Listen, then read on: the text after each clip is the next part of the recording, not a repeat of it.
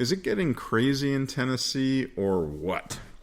This is Alan with Quarter Horse Arms, and in this episode, I want to talk about Governor Lee's proposal for a red flag law that they claim isn't a red flag law, but it really is.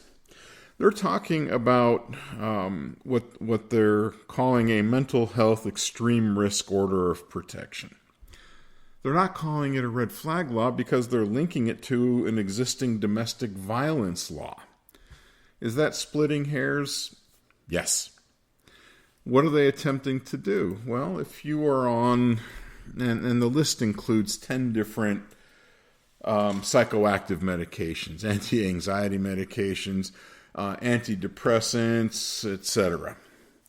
And I don't feel the need to run through the list, and I actually delayed recording this podcast because I was curious to see which way the wind was blowing on this particular event.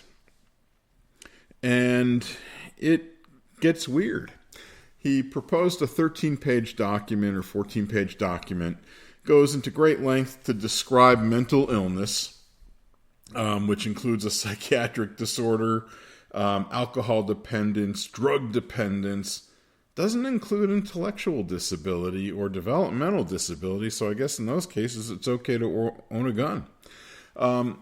Did continue to list serious behavioral conditions. So they currently have, or any time during the past year, has had a diagnosable mental, behavioral, or emotional disorder of sufficient duration to meet psychiatric diagnostic criteria that results in functional impairment that substantially interferes with or limits the person's role or functioning in family, school, occupational, or community activities, and includes any mental disorder regardless of whether it is of biological etiology. In a nutshell, what does that mean? Well, it means that if you have something that's been diagnosed by a mental health professional, which would include things like, depression, anxiety, ADHD, ADD, all of those things fall into what would be considered a diagnosable, for lack of a better term, mental illness.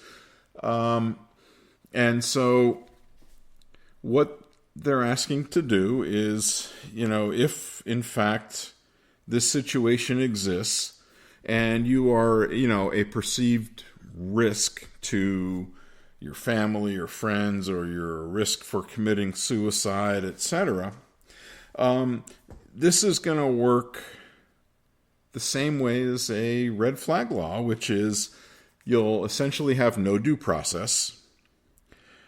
The law enforcement can do what amounts to illegal search and seizure for your firearms. It'll take you 5 to 10 days to, after you receive notice that you can challenge this, you can hire an attorney, so it's going to cost you money unless you can demonstrate that you can't afford it. They did say that if it turns out to be frivolous, they'll just expunge the record. Not refund you any of the money that it's cost you, and at no point does it say anywhere that you'll get your weapons returned to you. And it says that you have to be evaluated in 3 to 5 days by someone certified by the Commissioner of Mental Health. They're also asking the Tennessee Bureau of Investigation to become involved in background checks, and they expect mental health professionals to report all of these mental illnesses and their patients to the Tennessee Bureau of Investigation. So what they're saying is your HIPAA, your rights to privacy, are no longer valid if you are a gun owner. So what happened with this? Well, so far, it's been an absolutely tepid response, luckily. And what I mean by that is the lawmakers kind of looked at it and said, well, It's not a bad idea. We're just not interested in it. And we're not interested in it because there's no due process. And you're putting anyone with a mental health disorder in a category separate from everybody else. And there's no protection for the person from fraudulent claims. So the next step is it just another attempt to try and take guns away from law-abiding citizens? And, my opinion is absolutely. And here's one of the other things that, comes to mind about this, or several things that come to mind, is if you have some sort of diagnosable mental illness, and now that a mental health professional has to report it, are you likely to go see a mental health professional? I mean, are you likely to go see some sort of counselor because you're depressed? My guess would be no. Is there a possibility that the people that are taking medication will go off of their medication and create a whole separate set of problems when they go off their medication? Or will they lie about it outright? So what you're doing is putting people, law-abiding citizens, in the position of becoming criminals because they reached out and were getting help and medication that they need to maintain a well-balanced life. The fact that you are depressed does not mean that you are going to go out and commit suicide. The fact that you have anxiety doesn't mean you're going to walk out with a gun and start shooting people. The fact that, and this is my opinion, by the way, if you have ADHD, which has serious educational, home, and all that kind of impact, so someone who's on medication that helps them manage their attention deficit issues is not going to take their medication because they want to enjoy their Second Amendment rights, which is gun ownership, and shooting for hunting or sport shooting or competitions. My impression is it would be the people that aren't taking medications that would be the greatest risk.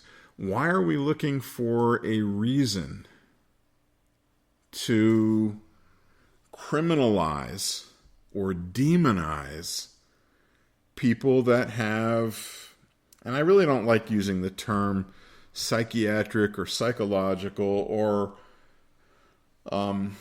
terms like that. I mean, somebody has mental health issues, they have mental health issues.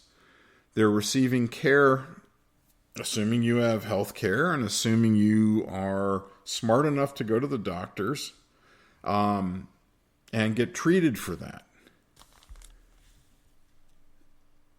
I just don't like the idea of somebody trying to skirt around your Second Amendment rights and demonizing law-abiding people. So, would I support this law if I lived in Tennessee? Absolutely not. If I were taking medications that are on the governor's list, I don't know if I could do it, but maybe I would go somewhere else to get my medication. Or, if I was a little depressed and figured, what the heck, let me go off my medication because I don't want any of the law enforcement people in Tennessee showing up at my house, taking my guns, and forcing me to be evaluated without due process, having my property taken without due process. and then having to defend myself, I find I have a serious problem with that. So far, it looks like nothing's going to happen in Tennessee. Was the shooting at the Covenant School horrific? Yes, it was. Do we need to do things about keeping some people off the streets? Yes, we do. Do we need to demonize or criminalize law-abiding citizens exercising their Second Amendment rights? No, we do not. Okay, so having said all that, this is Alan with Quarter Horse Arms. Feel free to reach out. You can call or text to 919-808-6480. You can email to info@quarterhorsearms.com. Feel free to check out our website at quarterhorsearms.com. And these days it's pretty hot and humid in Snow Camp, North Carolina. But you guys be safe. And if you live in Tennessee and you're listening to this, keep your eye out on the law, because I am intrigued with this. You guys have a great day and be safe.